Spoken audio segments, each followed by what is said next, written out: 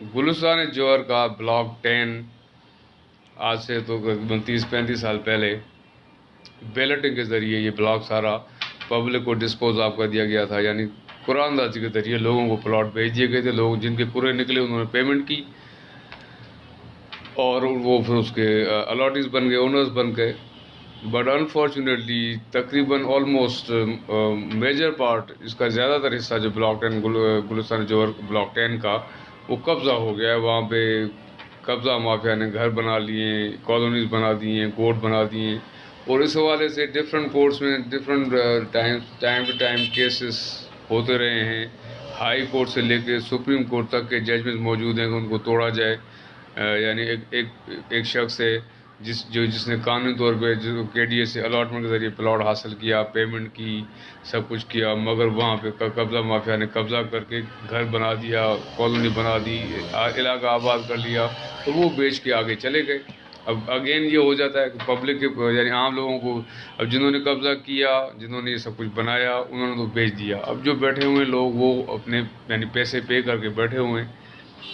बीच में जो इसका क्रिमिनल एलिमेंट है ना, जो यानी जिन्होंने कब्ज़ा किया, कब्ज़ा के ज़ाहिर इलाके की जो पुलिस है, जो कंसर्न थाने का SHO है, उसकी मर्ज़ी के बगैर तो ये काम नहीं हो सकता है। किसी की कानूनी ज़मीन, कोई कानूनी लॉफुल ओनर की ज़मीन को कब्ज़ा करके कोई और खा जाए, ज़ाहिर इसमें पुलिस इन्वॉल्व होती है सबसे पहले, इसमें और गवर्नमेंट के इदारे इन्वॉल्व होते हैं, तभी ये काम हो पाता है, अदरवाइज़ ये पॉसिबल ही नहीं हो सकता।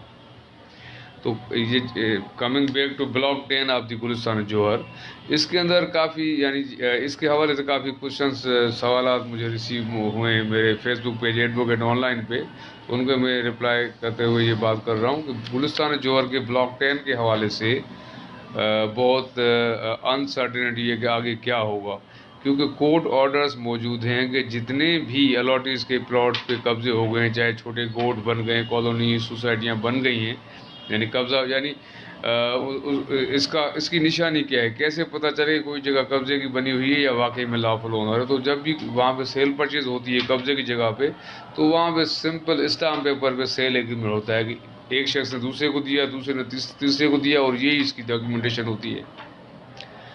लेकिन अगर KDA का अलॉटेड प्लॉट होगा तो उसमें ज़ाहिर है KDA की पूरी फाइल होगी कि KDA ने सबसे पहले वो प्लॉट किसको अलॉट किया, उसने कितने पैसे अदा किए, कौन से बैंक में, मोस्टली नेशनल बैंक में ही, यानी उसके बाद चालान वगैरह पे होते हैं।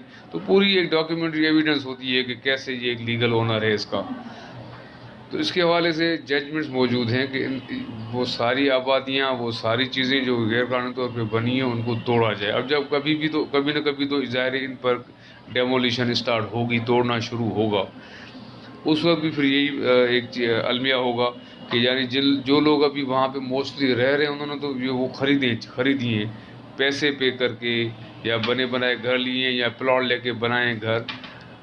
असल चीज़ ये है कि जिन लोगों ने वहाँ पे कब्जे किए, जिन लोगों ने जो कि लैंड ग्रेबर्स, लैंड माफिया जिसको हम कहते हैं, इस लैंड माफिया के ऊपर हाथ डालना मेरे ख्याल में मुमकिन ही नहीं है इस मुल्क में कि कोई भी इन पर हाथ डाल सके।